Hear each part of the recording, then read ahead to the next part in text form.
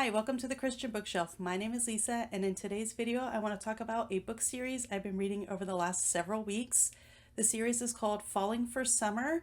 It is an author collaboration, so there's 7 books total, and each book has a different author, but all the characters in each of the 7 books are interconnecting. So it's based on an island off of Florida, and each book is going to follow a different love story. Now, all of these I would classify as a rom-com. They are not Christian. Not anything I saw in them was Christian, but for the most part, they are clean. There might be some steamy kisses. Some of them might have had a couple very, very mild swear words. If that's something that you want to know in advance, there you go. But other than that, I'm going to talk about what each book was about, and then if you stick around to the end, I will let you know which ones were my favorites of the series. First one up, and it's the only one I have a hard copy of, is Summer Ever After. This one is by Courtney Kiesel. It follows a girl named Jane. She lives on the island. She's a lifer, and she decides that she wants to fall in love. Unfortunately for her, the dating pool options are very small because she never wants to leave the island. Therefore, she can only date men who are on the island. So she creates this plan. She's going to try to go on all these different dates.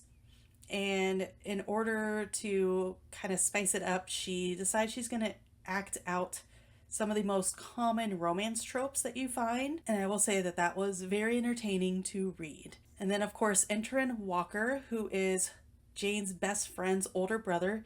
He's a professional golf player. He's on the island to fix his golf game. He's going back with his original golf coach / mentor, and him and Jane kind of keep running into each other. The problem is that when her and her best friend Capri were younger, Capri would complain that girls only want to be her friend to get to her brother. So Jane vowed and promised that she would never do that to Capri, which makes it really difficult when her and Walker start to connect and she develops feelings. Although she's always had a crush on him, she never acted on it. And so one of the things that she continually does throughout the book is she tells him, "Oh, you're like a brother to me," which, let's be honest, that's worse than being friend zoned for a guy.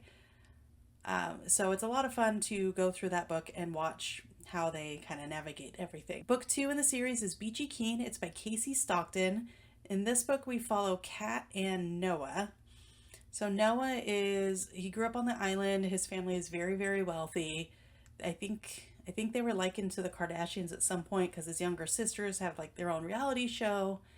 And so just to give you an idea, Kat was friends with one of his younger sisters growing up, and then she got snubbed really hard. So Kat develops this grudge against the whole family, and she avoids them at all costs. Now, Kat and her uncle run a bed and breakfast on the island, and I won't tell you how it happens, but she kind of finds out that their financial situation is in trouble. And so Noah just happens to need a personal assistant on the island while he's there, and he offers to pay Kat to do it. She needs the money, so she agrees, and then you kind of see her fighting her feelings the whole time. Noah never really understands what her grudge is about, so we kind of see that unravel throughout the story. And really, he's just taking advantage of spending time with her because he really enjoys spending time with her. So I'll leave it there for that one. Book 3 is Plotting Summer. This one is by Jessica Heileman, I think is how you say her name. This one we follow Capri, Jane's best friend from the first book. Jane from the first book's best friend, Capri, and Tristan. Now, Capri and Tristan, when they're teenagers, Capri has this huge crush on Tristan, and they have a moment, but that moment does not work out the way that she would want. So what ends up happening is she becomes an author using a pen name, where she basically writes the story how she wished it had gone. She gets tricked into coming back to the island. Her and Tristan start hanging out, and now she's starting to get really nervous that people are going to put the pieces together. They're going to figure out that the book is based on that. So she's super worried that people are going to figure that out. She's worried that Tristan's going to find out. Her pen name might have something to do with him, so that would be extra embarrassing. But she's also worried that just everybody in her life is going to figure it out, and she is afraid of that. Book 4 in the series is called Summer Teas. This one is by Martha Keyes. So this book follows Gemma and Beau. Beau is Tristan's younger brother. He's also the local cop.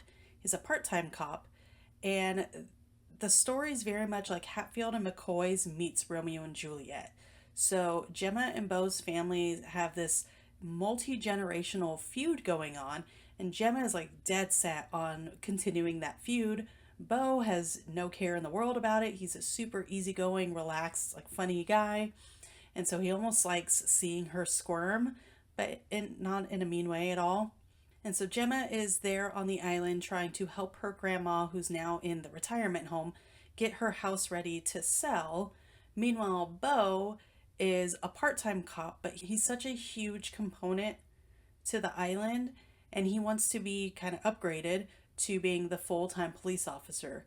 One, for the benefits and the pay, but also because, I mean, he kind of already is.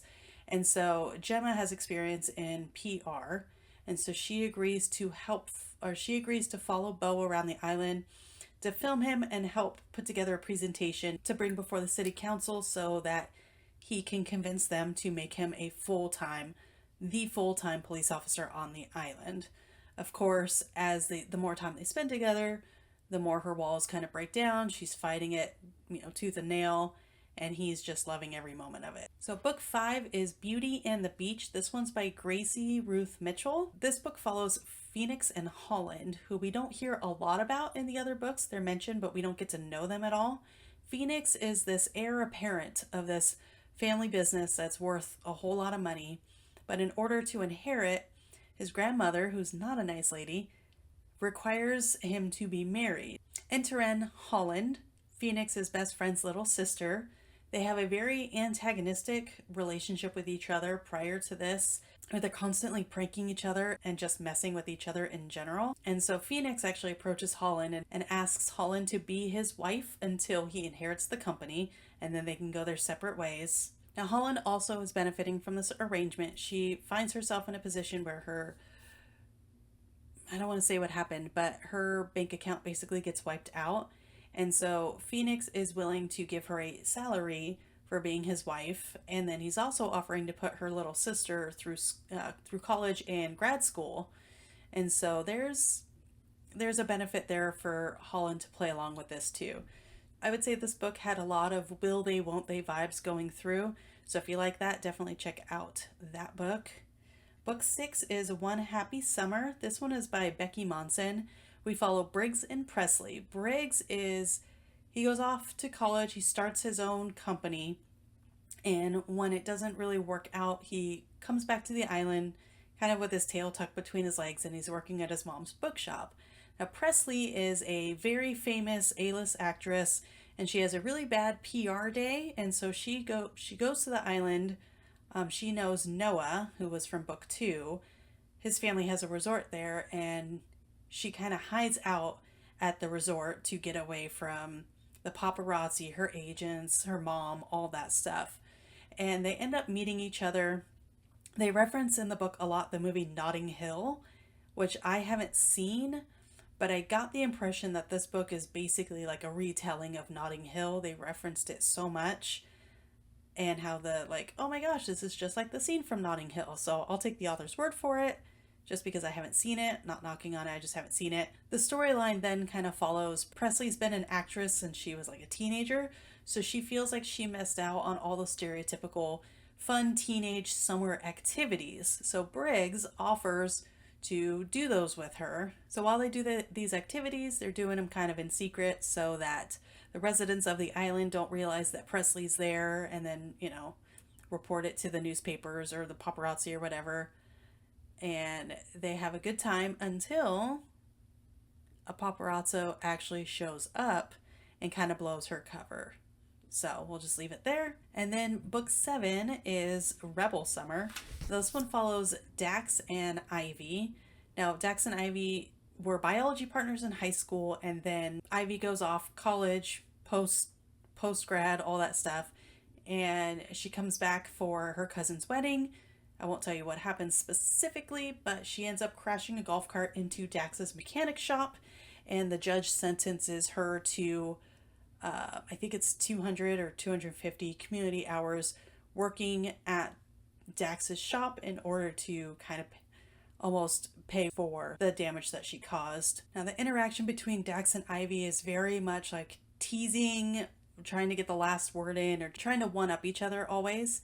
And that's a lot of fun to read along with. So Ivy and Dax, because they've known each other for so long, as a teenager, he was kind of the rebel without a cause guy, and she was very much a rule follower in every possible point of her life. She always did what was expected of her. She was always, in the top tier of accomplishments. And so the clashing of those two personalities is a lot of fun to read about throughout the book. All right, so if you have stuck around this long, thank you so much. And I'm going to share with you my 3 favorites of this 7-book series. That's not knocking on the ones I don't name. These were just my top favorites. They were all pretty good overall. So my absolute favorite was Summer Ever After. That was book 1. And then I also really liked book 4, Summer Teas. And then I really enjoyed Rebel Summer, the last book in the series. That one for me, just the banter between the two, I found myself smiling the whole time I was reading the book practically. So that one was a lot of fun for me. So I'd love to know if you've read any of these or if you want to read any of these, please let me know down below. Also, don't forget to like and subscribe for more videos like this. Anyway, thanks for watching and I will see you next time.